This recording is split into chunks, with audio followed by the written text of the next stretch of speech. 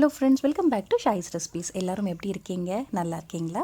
இன்றைக்கி நம்ம சேனலில் கல்யாண வீட்டில் செய்கிற சேனக்கிழங்கு வறுவல் எப்படி செய்யலான்றதை இப்போ வீடியோக்குள்ளே பார்க்கலாம்.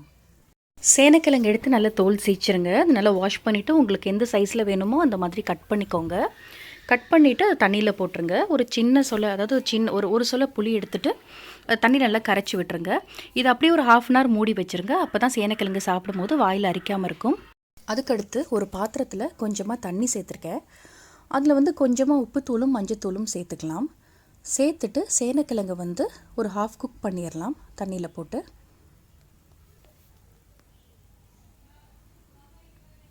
நம்ம இப்போ புளி சேர்க்குறதுனால, அதாவது ஒரு 1/2 மணி நேரம் அந்த தண்ணியில் புளியோடு சேர்த்து ஊற போட்டோன்னா சேனக்கிழங்கு சாப்பிடும்போது சில பேருக்கு வாயெல்லாம் அரிக்கிற மாதிரி இருக்கும்.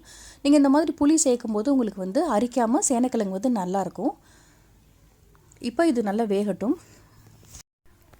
இப்போ பார்த்தீங்கன்னா பாதிக்கு மேலே நல்லா வெந்திருக்கு பாருங்கள். இப்போ நம்ம கேஸ் ஆஃப் பண்ணிவிட்டு இதை நல்லா ஸ்ட்ரெயின் பண்ணிடலாம்.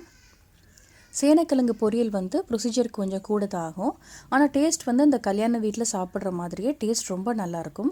கல்யாண வீட்டில் நிறைய பேர் சேனக்கிழங்கு தான் விரும்பி சாப்பிடுவாங்க. அதே ஸ்டைலில் இருக்கும் இது. நீங்கள் கண்டிப்பாக இது வீட்டில் செஞ்சு பாருங்கள். ஒரு பேனில் நம்ம ஃப்ரை பண்ணுற அளவுக்கு ஆயில் சேர்த்துக்கலாம். ஆயில் சூடானதுக்கப்புறமா நம்ம வேக வச்சுருக்க சேனக்கிழங்கு, வேக வச்சு நல்லா வடிகட்டி வச்சுருக்க சேனக்கிழங்கு இதோட சேர்த்துடலாம். ரொம்ப ஃப்ரை பண்ண வேணாம். மேலே ஒரு கோட்டிங் மட்டும் கிறிஸ்பி ஆகிற அளவுக்கு ஃப்ரை பண்ணால் போதும்.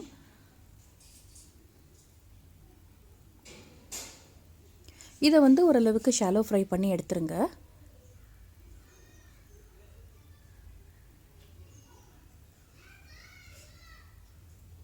லஞ்ச் பாக்ஸ் ரெசிபி கூட குழந்தைங்களுக்கு இது செஞ்சு கொடுங்க. சைட் டிஷ் அவங்களுக்கு ரொம்ப பிடிக்கும். சாப்பிடும்போது ரொம்ப நல்லா டேஸ்ட்டாக இருக்கும். உருளைக்கிழங்கை விட இது கொஞ்சம் நல்ல வித்தியாசமாக இருக்கும். டேஸ்ட் ரொம்ப நல்லா இருக்குங்க. உடம்புக்கும் இது ரொம்ப ரொம்ப நல்லது. சேனக்கிழங்கு அடிக்கடி இதை செஞ்சு கொடுங்க குழந்தைங்களுக்கு. ஃப்ரை பண்ணியாச்சு, தனியாக எடுத்து வச்சிடலாம். அதே பேனில் ஃப்ரை பண்ண ஆயிலே ஒரு 3 டேபிள் ஸ்பூன் அளவுக்கு சேர்த்துக்கோங்க. அதுக்கப்புறமா அதில் ஒரு 1/2 டீஸ்பூன் அளவுக்கு கடுகு உளுந்தம் பருப்பு சேர்த்துக்கலாம். அதுக்கப்புறமா ஒரு கொத்து கருவேப்பிலை ஃப்ரெஷ்ஷாக சேர்த்துக்கோங்க. கடுகு உளுந்தம் பருப்பு நல்லா வெடிக்கட்டும். கருவேப்பிலை சேர்த்ததுக்கப்புறமா ஒரு கிரேட்டரை வச்சு ஒரு 2 பல்லு பூண்டு எடுத்து இந்த மாதிரி நல்லா சீச்சு விட்டுருங்க. உங்களுக்கு வேணும்னா நீங்கள் பூண்டு பல்ல நல்லா தட்டிட்டு கூட நீங்கள் சேர்த்துக்கலாம். அதுக்கப்புறமா கேஸ் ஆஃப் பண்ணிடுங்க. ஆஃப் பண்ணிவிட்டு உங்கள் காரத்துக்கு ஏற்ற மாதிரி சில்லி பவுடர் சேர்த்துக்கோங்க. ஏன் நம்ம கேஸ் ஆஃப் பண்ணிவிட்டு நம்ம சில்லி பவுடர் எல்லாம் அதாவது மசாலா எல்லாமே சேர்த்துக்கிறோன்னா நம்ம கரிஞ்சு போயிடாமல் இருக்கும். அதனால தான் கேஸ் ஆஃப் பண்ணிவிட்டு சேர்த்துக்கிறோம். அதுக்கப்புறமா ஒரு டேபிள் ஸ்பூன் அளவுக்கு மல்லித்தூள் சேர்த்துக்கோங்க.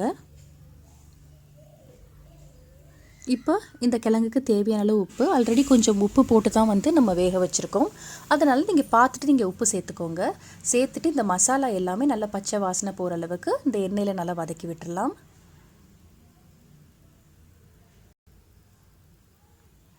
எண்ணெயிலே நம்ம மசாலா வதக்கும் போது கிழங்குக்கு நல்ல கலரும் கிடைக்கும். இப்போ கொஞ்சமாக பெருங்காயத்தூள் சேர்த்துடலாம். இப்போ நம்ம ஃப்ரை பண்ணி வச்சுருக்க சேனக்கிழங்கு இதோடு சேர்த்துடலாம். சேர்த்துட்டு நல்லா மிக்ஸ் பண்ணி விட்டுருங்க. எல்லா பீசஸ்லையுமே மசாலா படுற மாதிரி நல்லா மிக்ஸ் பண்ணி விட்டுக்கோங்க. சேனக்கிழங்கு சேர்த்ததுக்கப்புறமா நீங்கள் கேஸ் ஆன் பண்ணிடுங்க. கேஸ் ஆன் பண்ணிவிட்டு சிம்மில் வச்சு ஒரு 5 minutes குக் பண்ணுங்கள். ஆல்ரெடி இது கிறிஸ்பி ஆனது தான், கொஞ்சம் இன்னும் நல்லா கிறிஸ்பி ஆகிடும் ஒரு 5 minutes நீங்கள் குக் பண்ணும்போது. இப்போ மூடி போட்டு ஒரு 5 minutes கழித்து பார்க்கலாம். ஒரு 5 minutes கழித்து நம்ம பார்க்கலாம். நல்ல மொறுமொறுன்னு சூப்பரான கல்யாண வீட்டு சேனக்கிழங்கு வறுவல் ரெடி ஆகிடுச்சுங்க.